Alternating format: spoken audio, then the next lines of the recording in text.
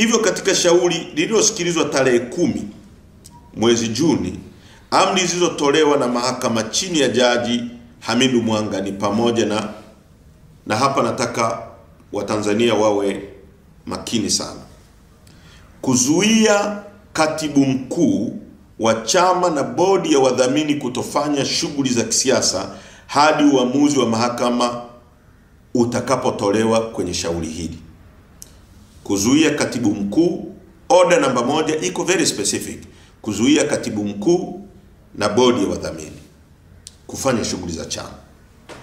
Ya pili, watumishi wa chama na wote waliotajwa kwenye amri ya pili ya kesi hii kutotumia rasilimali za chama hadi uamuzi wa mahakama utakapotolewa.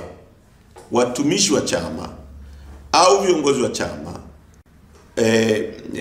kutotumia rasilimali za chama, majengo ambayo yako chini ya bodi ya wadhamini, magari labda kwa mfano, na rasilimali zingine ambazo kwa mfano fedha na nini, mpaka uamuzi utakapotolewa. Hukumu ya shauri hili ilisikilizwa upande mmoja, na hili ni jambo jingine la msingi sana. Upande mmoja baada ya wakili wetu ndugu Jebra Kambole, kwa sababu muhimu kabisa, aliamua kujitoa. Mwenendo ulikuwa kama ifuatavyo: jaji alikubali kujitoa kwake, na hata pale wakili Jebra aliposimama katika mazingira hayo na yeye kujitoa, ni vema mahakama ihairishwe. Aliposimama na kuomba kwamba ni vema mahakama ihairishwe na walalamikiwa ambao yani ni chama wajulishwe na wapatiwe fursa ya kutafuta wakili mwingine, jaji alisema yeye Jebra sio mwakilishi wa chama na hawezi kuwasemea, hivyo akaamua kesi isikilizwe upande mmoja, kutoa uamuzi ambao umekuwa na madhara na upo kinyume cha misingi ya haki. Hili ni muhimu pia nikalifafanua. Kwenye jambo kubwa kama hili ambalo wakili alijitoa baada ya kuona mwenendo hauko sawa, na sisi kwa sababu kama chama au mtu mwingine yoyote, msingi wa mahakama ni kumpatia mtu natural justice, haki ya asili, ambayo ni haki ambayo imetolewa tangu uwepo wa dunia, kwamba na yeye apate kusikilizwa.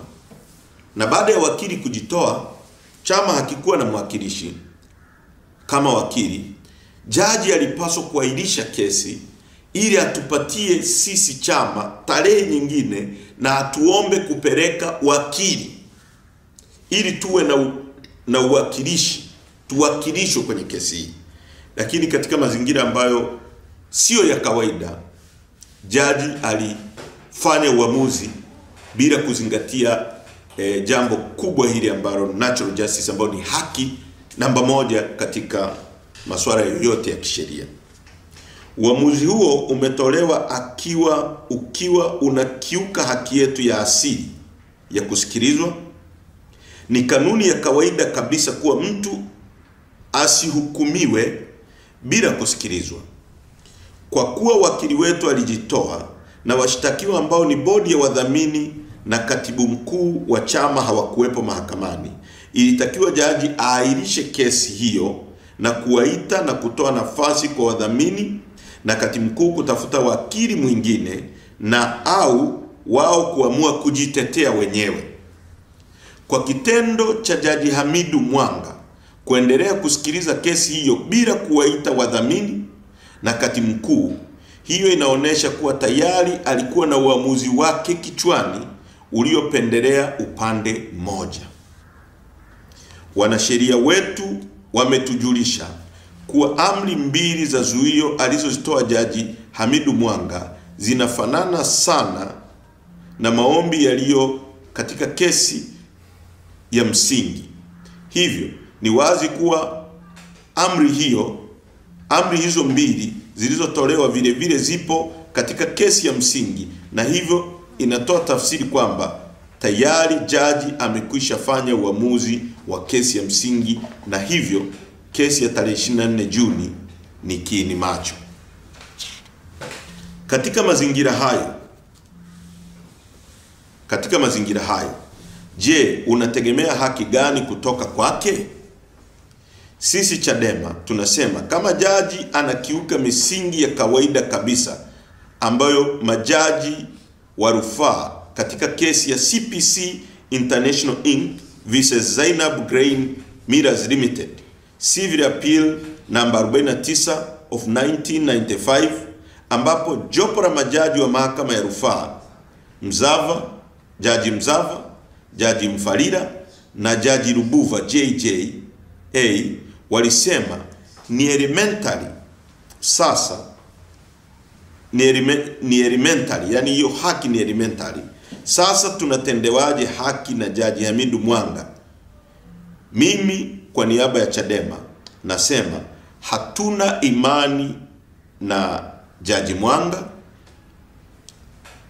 kwa sababu hatuamini kama kuwanyima haki ya kusikilizwa bodi ya wadhamini wa chama na katibu mkuu wa chama ni makosa ya kibinadamu. Badala yake tunaona alifanya akijua ili kutimiza lengo lake. Aidha, sababu ya pili inatokana na historia ya Jaji Mwanga. Mheshimiwa Jaji Mwanga ameteuliwa akitokea Tume ya Uchaguzi Zanzibar ZEC.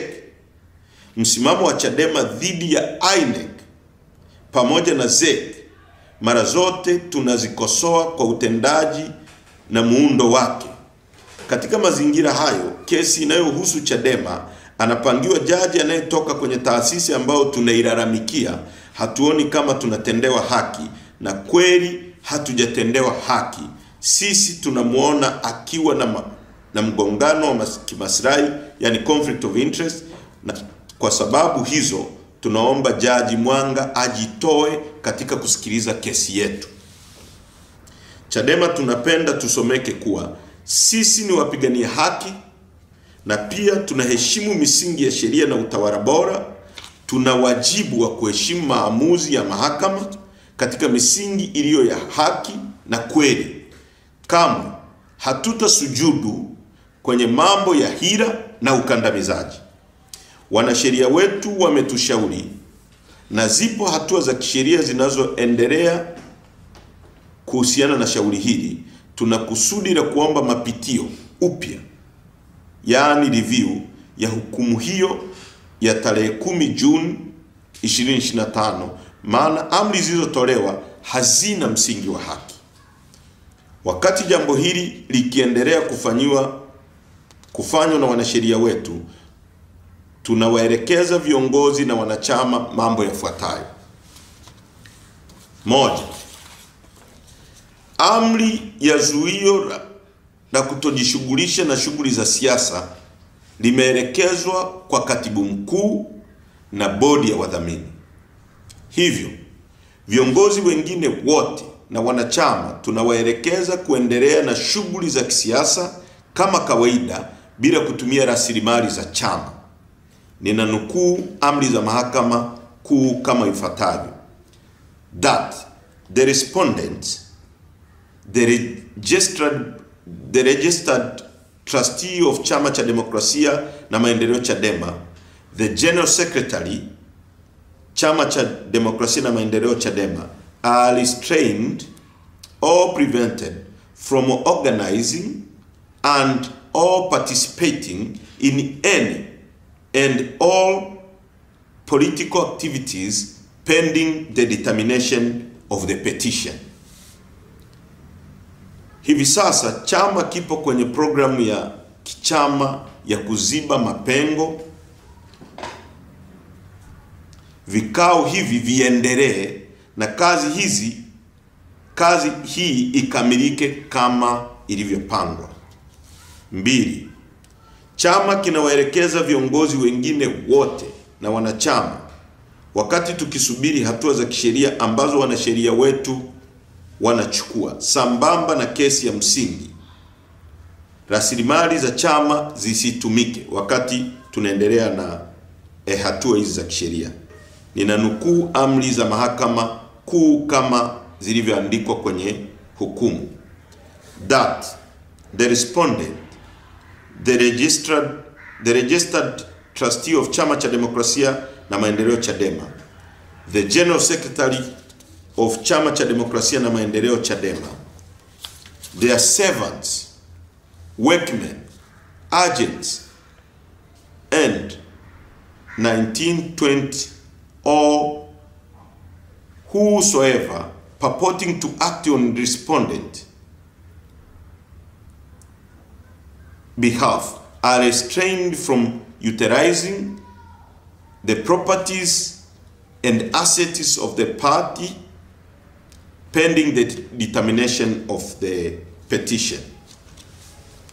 Viongozi wengine wote na wanachama wajitolee kwa rasilimali zao binafsi kufanya shughuli za kisiasa ili kukamilisha programu za chama ambazo zilitakiwa kukamilishwa. Wanachama waache kutumia rasilimali za chama kama mahakama ilivyoelekeza. 3.